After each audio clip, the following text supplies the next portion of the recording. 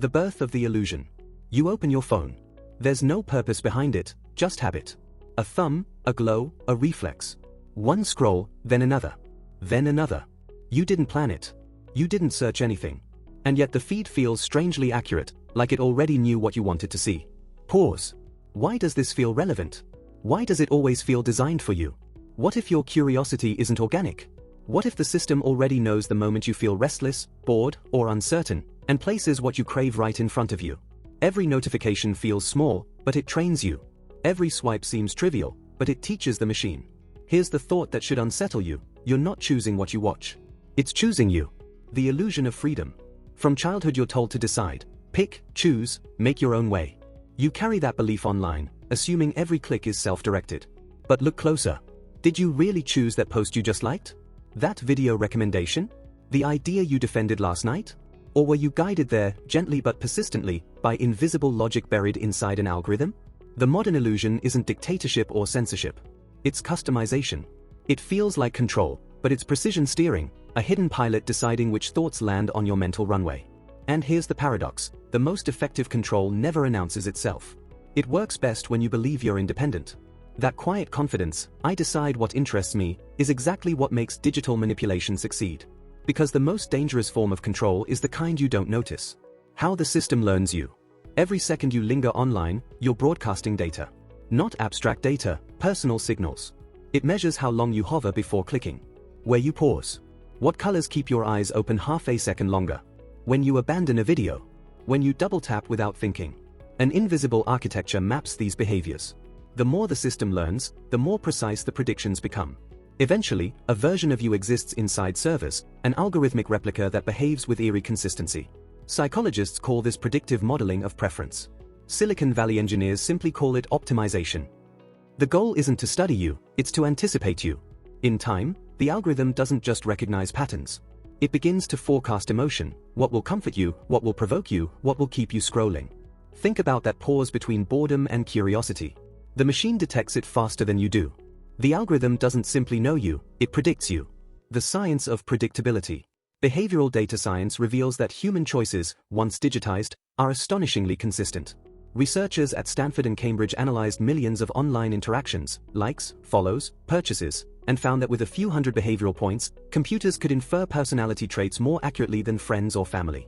Statistical patterns repeat because emotions repeat. You think you're unpredictable, but emotion is predictable by design. We crave stimulation and validation. Data scientists feed us both. With enough data, the algorithm sees probability curves in your desires. It estimates the kind of content that keeps you active, the tone you'll share, the moment your interest peaks, and the precise second it drops. Even before you act, the probability of your next move is quantifiable. What seems like spontaneity is correlation. You are being forecast, a human weather pattern of behavior and belief. The feedback loop. Each interaction refines the next. You watch something, the system records it, then serves you another variation. You engage again, it tightens focus. Over time the boundaries close in. You see fewer alternatives, more reinforcement. The feed reflects your tastes so perfectly that it becomes self-confirming. This is known as recency reinforcement, an algorithmic cycle in which the newest behavior becomes the strongest predictor of future choice. Watch, like, repeat, normalize. Your digital world narrows invisibly. The machine rewards repetition because repetition means certainty. That's why political feeds polarize, entertainment niches deepen, and conspiracy stories thrive. They exploit the same reinforcement dynamic feeding your attention economy. The tragedy is subtle. You believe you're exploring, while you're really looping inside a personalized maze built from yesterday's decisions. And every path you take trains it further. Eventually, the algorithm doesn't just follow your behavior, it orchestrates it. The filter bubble. The sociologist Eli Pariser introduced the phrase filter bubble in 2011, describing how personalization fragments reality. You think you're seeing the whole world, but you're seeing your world, a version edited for comfort, probability, and profit. Imagine two friends standing side by side, scrolling the same search term. The engine delivers two entirely different results, tailored to their psychological fingerprints. This invisible segmentation turns public discourse into isolated simulations. Each bubble cultivates certainty. Once certainty forms, curiosity weakens. Inside the bubble, you live surrounded by agreeable opinions, familiar beliefs, predictable jokes. Dissonance disappears. Outside that bubble, other versions of truth evolve, versions you never meet. Your perception becomes a private filter stacked on global mirrors. At scale, This mechanism reshapes culture itself. Ideological clusters compete not in debate but in visibility, because the algorithm doesn't reward truth, it rewards engagement. And engagement thrives on repetition. So instead of exploring diversity, you indulge in uniformity. You're not discovering reality, you're recycling preference. You've mistaken personalization for freedom. You're trapped inside curated comfort and calling it choice. Emotional manipulation. Content that provokes emotion performs best. Digital systems measure arousal metrics, the intensity of emotional response, and promote posts that trigger stronger reactions. That's not conjecture. It's embedded math. Platforms quantify emotion through dwell time, share velocity, and reaction frequency. Joy spikes, but outrage sustains. Fear keeps people watching longer than delight.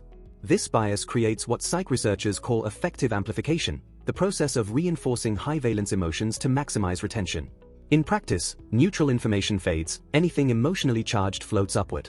The result is a distorted emotional environment, a landscape vibrating with anger, fear, awe, and curiosity, rarely calm neutrality.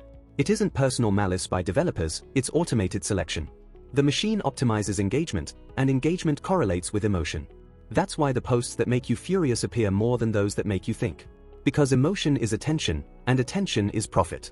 Neuroeconomic studies show emotional stimuli increase memory retention by 60% compared with neutral ones. The platforms learn to weaponize this reflex efficiently. Anything that stirs becomes anything that spreads. Outrage, fear, envy, curiosity, the 4 pillars of digital virality, require no context, only reaction. Each reaction deepens your psychological profile. Each profile improves the algorithm's precision. So you scroll through emotional intensity disguised as information. The subtler parts of your cognition, reflection, analysis, start to drown under stimulus repetition. The system isn't serving information, it's serving engagement. And the easiest way to engage a human mind is to keep it emotional. The engine of conditioning their attention hijack. Every scroll steals something small and invisible, your capacity to decide what deserves attention. It begins innocently, a flash of color, a vibration, a looping sound. Over time, the very act of directing attention becomes externally programmed. Neuroscientists studying digital behavior describe the loop as variable reward scheduling, the same principle used in slot machines. Unpredictable rewards trigger the highest dopamine response. You check your device hoping for novelty, excitement, affirmation. Sometimes you find it, sometimes you don't, and that randomness keeps you returning. Smartphone notifications, infinite scroll, autoplay, all exploit that neurological vulnerability. You think you're chasing novelty, the system is conditioning you to chase the act of searching itself. When attention becomes reactive, intention disappears. Your choices shrink to reflexes. You are no longer deciding where focus goes. Focus decides where you go. End of deliberate thought. In this reactive mindset, deliberate cognition loses value. The brain shifts from reflective to reflexive processing, emphasizing immediate satisfaction over long-term reasoning. Functional MRI studies reveal that heavy social media users exhibit reduced activation in areas linked to sustained attention and impulse control when presented with rapid digital stimuli. It's not addiction in the traditional sense, it's attentional conditioning. The person checking for updates every minute isn't seeking meaning, they're completing a circuit. You unconsciously memorize the rhythm, glance, unlock, refresh. Each motion rewires neural habit networks, forming grooves that demand continuation. Hijacked, controlled, conditioned. These are not metaphors. They are measurable neurological states. The identity shift. Every piece of content molds perception, and perception molds identity. At first, you absorb data to form opinions. Eventually, content itself becomes memory, and memory becomes belief. Psychologists Tracy Greenwood and Jonathan Cross discovered that identity markers, political stance, self-image, aspirations, correlate strongly with the thematic tone of one's media diet. Consume enough narratives about success, threat, or outrage, and your sense of self reorganizes around them. You don't simply watch content, you internalize its logic. Consume, believe, become. This metamorphosis happens quietly. Information evolves into ideology, entertainment becomes self-expression. You start defending positions produced by recommendation engines. Your digital reflection begins to dictate personality offline. And because everyone's feed is uniquely sculpted, the shared reality fragments into parallel identities. You are becoming what the system predicts will keep you engaged, an optimized version of past behavior. The pattern interrupt. If you pause now, briefly, observe the feed. Ask the simplest question, did I choose this, or did it choose me? That hesitation is not trivial, it's consciousness reclaiming agency. Most users never stop long enough to detect the manipulation. A 2-second pause disrupts predictive accuracy. That pause costs the platform revenue, which is why autoplay resumes before awareness returns. Attention is the currency of consciousness, and the system cannot afford you to pause. Behavioral conditioning. Ivan Pavlov conditioned dogs to salivate at a bell. Modern systems condition people to reach for screens at a vibration.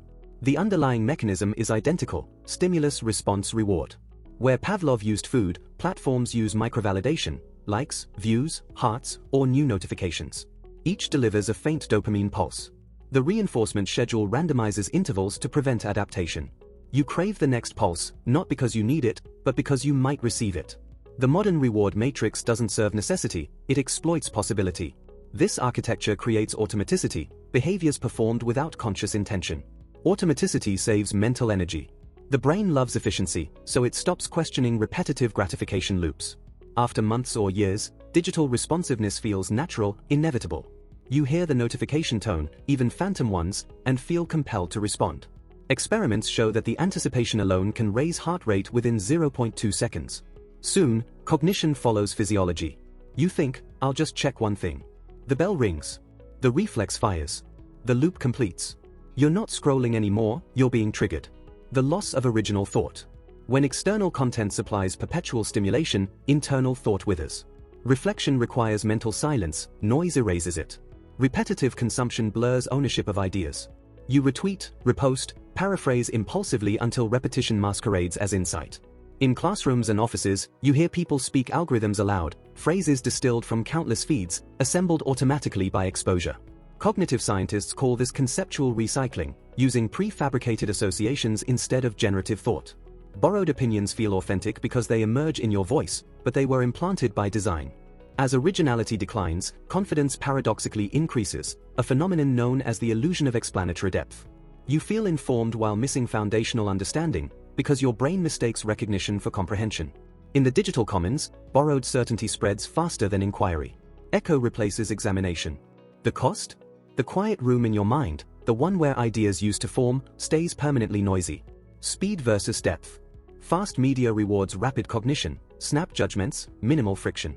Deep thinking, by contrast, depends on sustained discomfort, decoding, evaluating, revising. The architecture of modern communication trains the former and punishes the latter. The scroller learns to extract gist, not meaning. Over time, comprehension strategies shift from analytical to intuitive. Nuance feels like inefficiency.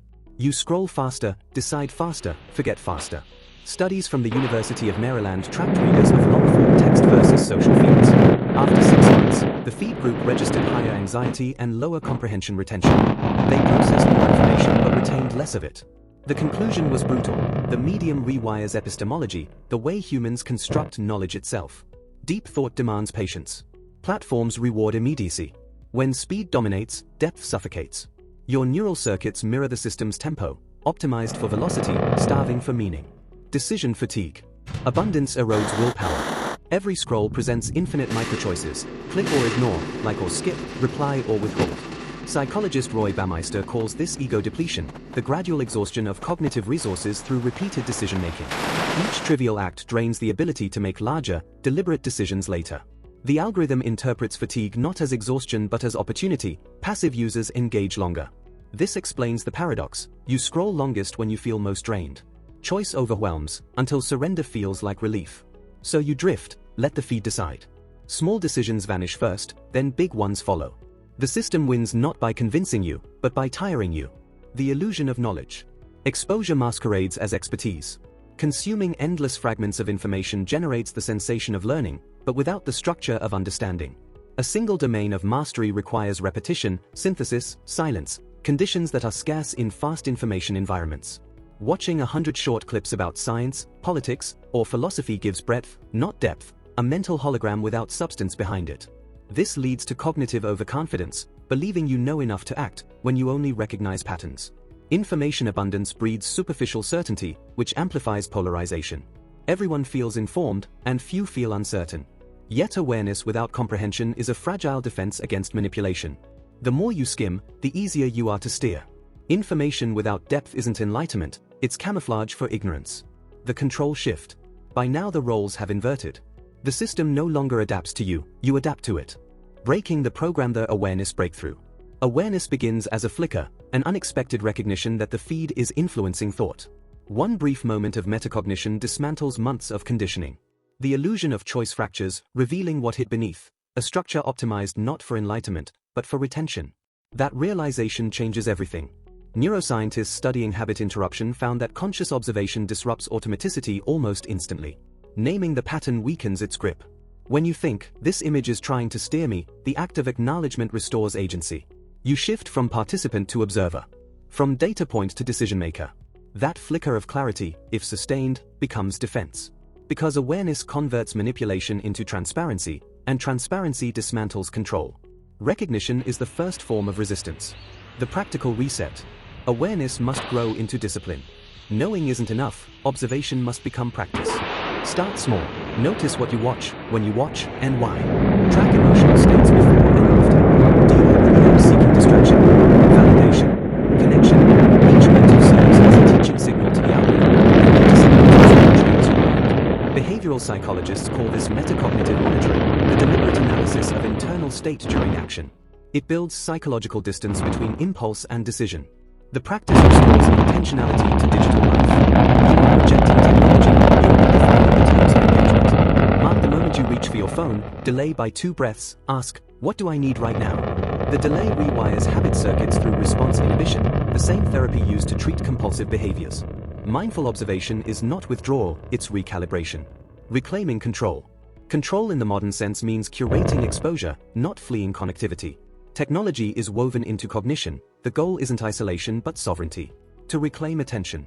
Limit algorithmic consumption. Seek uncurated sources. Choose content deliberately, not reactively. Introduce silence, time with no input, to allow synthesis. Every strategy builds back a layer of psychological autonomy. No single practice breaks addiction, but each weakens the reflex loop sustaining it. When attention returns to deliberate control, emotional stability follows. Because the mind, when deprived of constant stimulation, recalibrates reward thresholds. What once felt dull becomes peaceful, what once required novelty now thrives on meaning. You don't quit technology. You master its rhythm. Building independent thinking. Question everything, especially yourself. Independent thought doesn't emerge from opposition, it emerges from inquiry. For every claim, ask, "Is this true?" For every feeling, question, "Why do I believe this?" For every trend, wonder, "Who benefits if I act this way?" Critical interrogation transforms passive perception into active reasoning. Philosopher Jiddu Krishnamurti described freedom not as the absence of conditioning, but as awareness of conditioning in motion. You will never be unprogrammed, but you can be self-programmed. Cultivate contradiction, read opinions that offend, data that challenge, ideas that stretch comfort. The willingness to absorb contradiction is the antidote to the filter bubble. Education today isn't memorization, it's cognitive hygiene, a cleaning of mental space from algorithmic residue. Independent thought begins where automatic agreement ends. The power shift. Attention determines cognition. What you focus on grows neural pathways, what you ignore withers. Attention is the modern currency, everything competes for it. Brands, ideologies, creators, systems. To control attention is to control economics, politics, and identity simultaneously. But attention remaining under personal governance becomes the ultimate form of freedom. Neurological imaging confirms that sustained voluntary focus increases gray matter density in the prefrontal cortex, the region governing deliberate choice. In a literal, physical sense, reclaiming attention rewires the brain toward autonomy. The principle is elegantly simple: when you command your focus, you command yourself. The inverse is inevitable: lose focus, lose self. Hence the power shift isn't revolution, it's ownership of perception, memory, reaction, and meaning. Attention manifests reality. And reality, once owned intentionally, stops being illusion. The final warning. The system does not stagnate. Its learning accelerates exponentially. Machine learning architectures now anticipate sentiment, duration, even posture. Facial recognition software measures microexpressions to refine predictive emotion models. Each generational upgrade multiplies data resolution, reducing the interval between stimulus and behavioral prediction. The consequence, private will becomes forecast. Where early networks learned preference, advanced AI learns prediction of future intent. Before long, your next decision will exist as a probability model within thousands of servers, a shadow of will ready before you exercise it. If human awareness doesn't evolve equivalently, control will vanish beneath convenience. Every automation of choice subtracts human will. Every prediction limits spontaneity.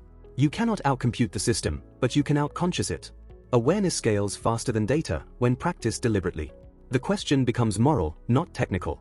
Will your attention serve algorithms, Or will algorithms serve your awareness? The final insight. You do not need to chase more information. You need depth in the information you already possess. Knowledge multiplies, understanding refines. Modern education praises accumulation, learn faster, consume broader.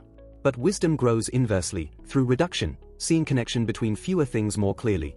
Awareness performs compression, it distills infinite signals into essential truth. When understanding replaces accumulation, false confidence dissolves. You become capable of silence, not ignorance, but stillness where thought can originate unprompted. Information builds illusion, awareness builds clarity. The future belongs not to the most informed, but to the most self-aware. The return. You open your phone again. Same icons. Same light. Same infinite feed awaiting revival.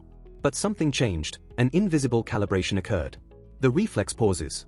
You recognize the friction, the whisper of algorithmic pull, and choose differently. Maybe you close the app. Maybe you open it with intention. Maybe you simply acknowledge the pull before responding. That microchoice contains autonomy, densely compressed. The machine still learns, but now it learns resistance. Its predictions erode because awareness adds noise to the data. Noise becomes shield. Shield becomes control. When you control your attention, you redefine participation. When you redefine participation, you escape conditioning. The feed will keep building illusions, but the mind that questions them cannot be captured. The moment you start questioning what you see is the moment you stop being controlled.